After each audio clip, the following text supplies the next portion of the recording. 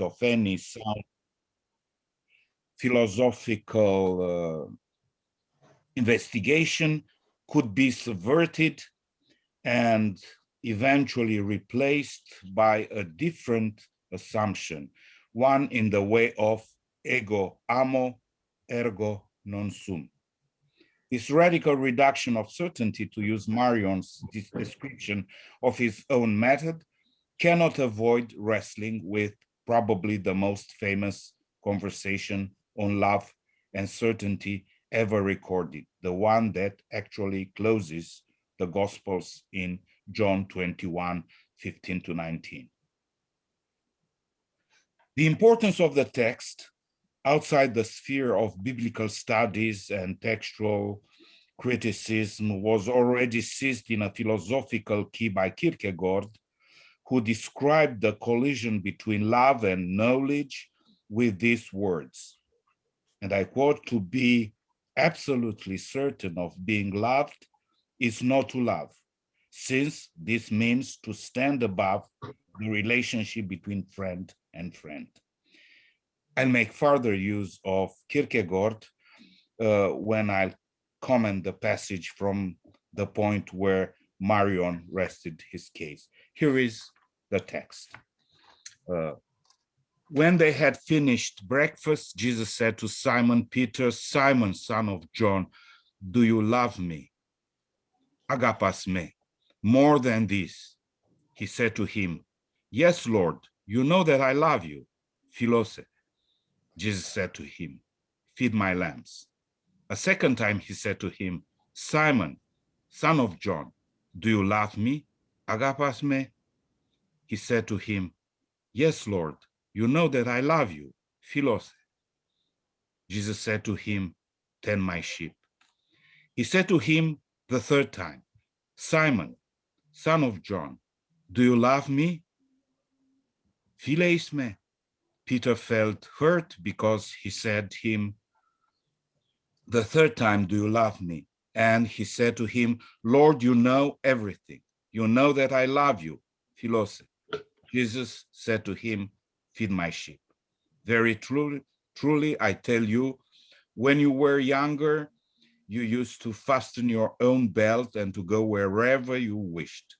But when you grow old, you will stretch your hands out and someone else will fasten a belt around you and take you where you do not wish to go."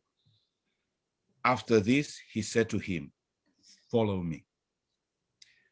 Both Kierkegaard and Marion connect in the mirror these three persistent questions, yet not entirely identical, as we shall see in some moments, to the three denials of Peter during Jesus' trial, prophesied by Christ and previously recalled by John 18. It is as if the three affirmations of love had to make amends for the three rejections of friendship. But let's look closer at this second text.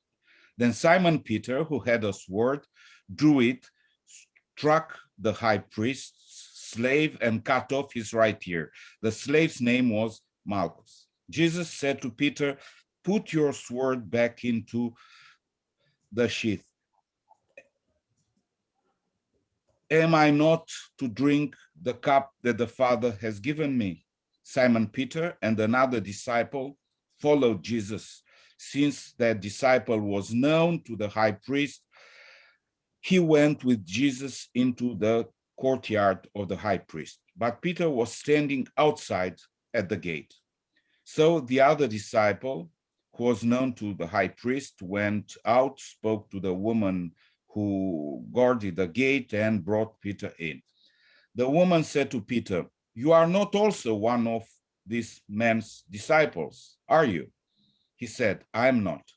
Now the slaves and the police had made a charcoal fire because it was cold, and they were standing around it and warming themselves. Peter also was standing with them and warming himself.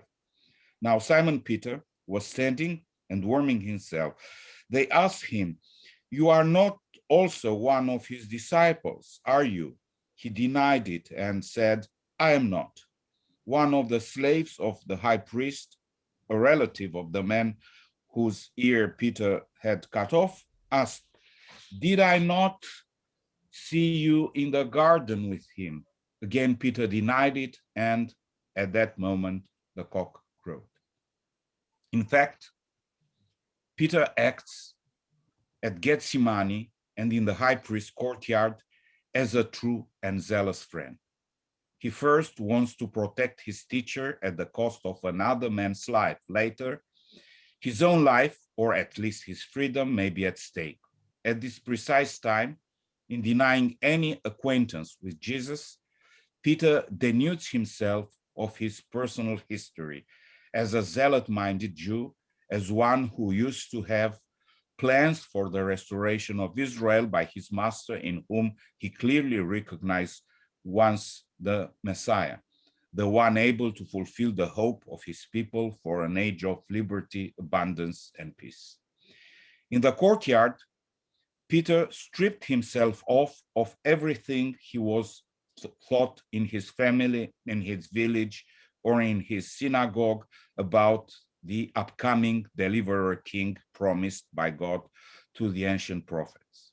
He states his nakedness: "I am not what anyone may think I am, and I myself used to think I am. Ego non sum."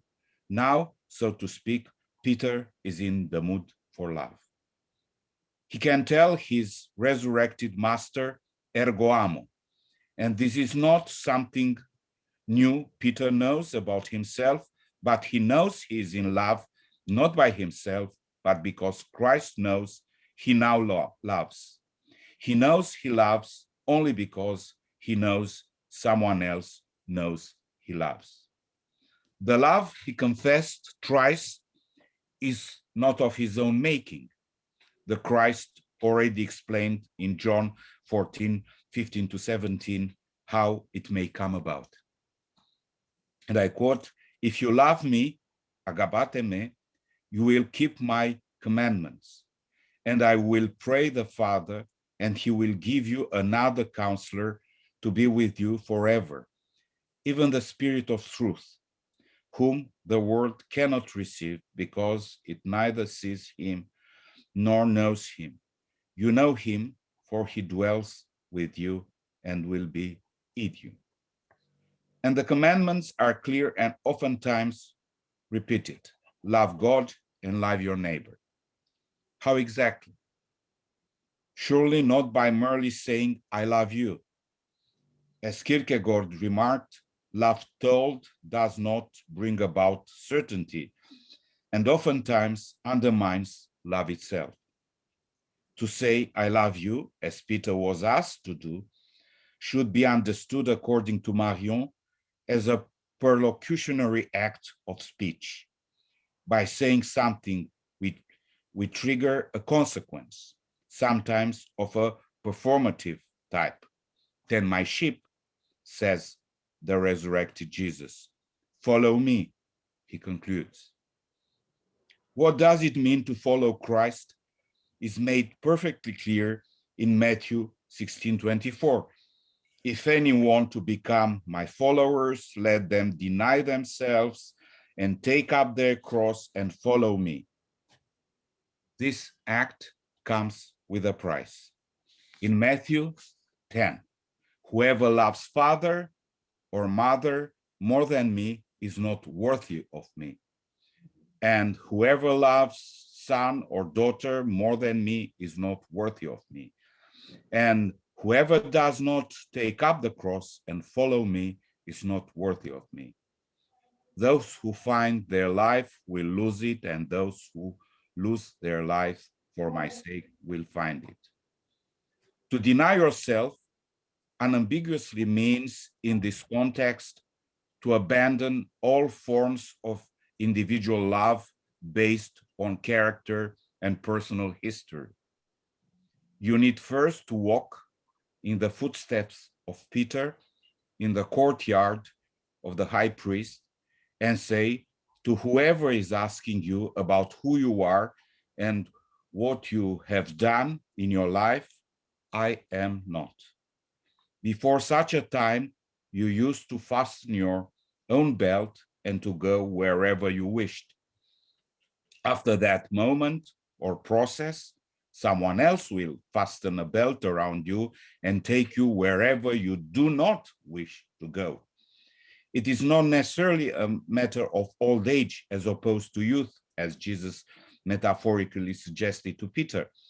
Once you become a follower and perform the acts of love, reason and will appear inconsequential, because the Spirit of truth may lead you in places where you don't normally want to go and make you experience what you wouldn't sensibly want to go through. To borrow T.S. Eliot's choice of words, loving is a condition of complete simplicity, costing not less than everything. As John duly explains, death is the wage of love lived as discipleship. I die every day. Kat imeran apodnesko, confirms Paul in 1 Corinthians 15:31. And it is for Dietrich Bonhoeffer to add the sober warning, jeder Ruf Christi führt in den Tod. Every call of Christ leads unto death. The loving life of a disciple of Christ is therefore naked because it has been and remains in all imaginable circumstances stripped off of all the forms and ways of life that cohere into a qualified life, vios, and becomes sacred because it is permanently exposed to death. Reading John, as we have reached somehow unintentionally, but probably by necessity, the key concept of bare life on which Giorgio Agamben built much of his work. The nudity of life, or nuda vita, emerges first as the translation of Walter Benjamin's Das bloße Leben, which appears in a number of essays Benjamin wrote in the late 1910s and early 1920s, most notably in his Critique of Violence. Nuda means das bloß, which in German could be understood as naked, but, and this is Benjamin's use, in the sense of no better than, nothing but, mere, and as such, bare. Benjamin's expression, das bloße Leben, designates a life shorn of all qualifications and conceived as independent of its traditional predicates and attributes. Agamben decontextualizes Benjamin's concept and inserts it in a discourse that, although inspired by Benjamin, is mixed with a number of different and heterogeneous suggestions, which take it far from its original meaning. Naked, Agamben writes, is in the final pages of Homo Sacer, corresponds in the syntax naked life to the Greek term aplos, single, simple, by which classical ontology defined pure being. There is an analogy between Western metaphysics and Western politics, says Agamben, insofar as the fundamental performances of both is the isolation of a primary kernel, the proper element, which is aplos, and that which simply is with no other determination. For metaphysics, this is pure being, which constitutes man as a thinking animal, zoon logon eihon. Its analogy in politics is naked life, which constitutes man as zoon politikon. In the first case, the stake is to isolate from the multiple meanings of the term being, the pure being, ton haplos, that which simply is. In the second, it is the separation of naked life from the multiple forms of concrete life. Metaphysics and politics are therefore intertwined fundamentally in the quest for a foundation and a meaning which are linked constitutively. Pure being and naked life, as a proper element of metaphysics and politics, are construed as the unthinkable limit against which both clash. Naked life, and I quote from Agamben, naked life is certainly as indeterminate and impenetrable as haplos being.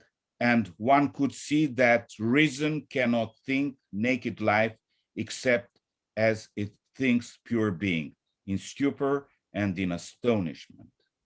Pure being and naked life are empty and indeterminate concepts, but these concepts guard the keys of the historical political destiny of Western civilization and are simultaneously the task and the enigma of ontology and politics. In Metis and Zafine, Agamben insists on the intrinsic unalterability of and impenetrability which characterize life in its basic existence and opposes it to the forme di vita, to the ways of life proper to man. As the purest elementary building block of all relations determined by sovereignty, nuda vita is violently seized and cast into a variety of molds by the sovereign power, because all sovereign power must, in order to be able to manifest its absolute authority at any given moment, reserve the right to suspend life and dispose of it. That is precisely why, in order to dwell into a love that is strong as death, according to the Song of Solomon, and to be led by it, the disciple has to evade the grip of any sovereign power. In the Roman law, the slave, animated exclusively by a bare biological life as Zoe, had no persona, was not entitled to wear a mask in the public realm. He was a prosopos, and as such had to be represented, characterized by the one to whom he belonged. A legal political person, on the contrary, was a mask which had grown into a body, which had become permanent once the drama of power had been internalized by the citizen. In other words, there must be no iconography or liturgy of love, no public manifestation thereof. For God doesn't take into account the persona of man, ou aprosopolites, Romans chapter 2, verse 11. Christ was for the disciples the mask they had to wear when looking at one another and facing the world. Indeed, writes Paul in Galatians 3:27-28, as many of you as were baptized into Christ have clothed yourself with Christ. There is no longer Jew or Greek. There is no longer slave or free. There is no longer male and female, for all of you are one in Christ Jesus. Christ is the cloth and the makeup for all who recognize his sovereign power. Love is therefore the exact opposite of politics, as they both compete for their life. That is why Tertullian, in his Apology, is obliged to make an ultimate statement. Nec nulla magis res aliena quam publica. No matter is more alien to us Christians than public matters, whatever pertains to the res publica. Hannah Arendt rightly relates this position less to early eschatological expectations of most Christians than to Jesus' teaching of goodness, a principle known in the Western world only with the rise of Christianity. Christian hostility towards the public realm and the inclination to lead a life far removed from the public eye is a consequence of early Christian devotion to goodness, to good works. Arendt's language is obviously very much in depth to moral philosophy, where she writes about goodness and good works. A theologian wouldn't uh, would immediately and accurately read love and works of love. When a good deed becomes public, widely known, she continues, it loses its good character. When goodness appears openly, it is no longer goodness. Bare life, as the seat of love, is unutterable and impenetrable, listed Agamben. Works of love can be really accomplished only for love's sake. Let not your left hand know what your right hand does. Do your alms before men to be seen by them. Christians were told by their master. Love is genuine when it is not perceived even by its very agent, defined by nudity of life. No one should see oneself performing works of love, because such works would become mere social work in the service of a society ruled by a sovereign power. Foreboding to some extent the reasoning of Agamben, Arendt identified the, and I quote, curious negative quality of goodness, it is love, which ought to lack any outward phenomenal manifestation. Arendt further surmises that love of goodness and love of wisdom would cancel themselves altogether should they exhaust themselves into the activity of philosophizing or doing good. They lose their meaning under the assumption that man can be wise or be good. For the attempt to bring into being that which can never survive the moment of the thought or deed itself is absurd. T.S. Eliot again shares this view. Love is itself unmoving, only the cause and end of movement, timeless and undesiring, except in the aspect of time, caught in the form of limitation between unbeing and being. Love of wisdom and love of goodness stand in opposition to the public realm, but love is much more extreme in this respect. Only love must go into absolute hiding and completely avoid all appearance. The philosopher does not have to hide from himself or herself. On the contrary, the very essence of thought, according to Plato, recalls Arendt, is the dialogue between me and myself. To choose outwardliness means to be alone with oneself. Thinking requires always the company of the thinker. Love, as the reverse of death, which is the modus operandi of the sovereign power, remains therefore undetermined by any particular form of validation against the truth, ontological or political. That is why love ought to be considered as the riddle of history solved. To turn upside down a famous remark that Marx made in 1844 in a manuscript where he wrote that communists may be das aufgelöste Rätsel der Geschichte.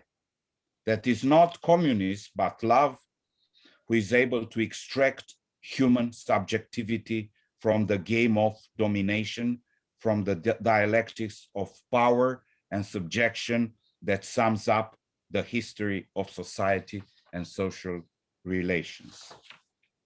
Love has no country and needs no company. But the man who loves can never afford a solitary life. It is only that his living with and for other must remain without testimony and should primarily be devoid of the company of oneself. He is not solitary as it is clothed in Christ, but lonely as he cannot trust himself to witness the acts of love in which he or she is engaged. The works of love can never keep anybody company. They must be forgotten the moment they are done, because mere memory will destroy their quality of being acts of love. Thinking must be remembered in order to be turned into thought, continues Arendt, and thoughts could become objects of the human artifice. Works of love cannot become part of the world and must leave no trace. They truly are not of this world. More precisely, part of this world that is subject to the sovereign power and indulges in politics. Wordlessness is inherent to them, which makes love an essentially non-human quality, that is a quality of the contingent ways of life, of the forme di vita. The experience of love manifests itself within the world itself, ought to be performed within it, but retains its negative nature, as it negates the space the world offers for everybody and everything to be seen and heard by others. Love as an act is destructive of the public realm and a menace to the sovereign power. We might ironically conclude with Arendt that that is why Machiavelli has to teach the political man of the modern time how not to be kind. Thank you.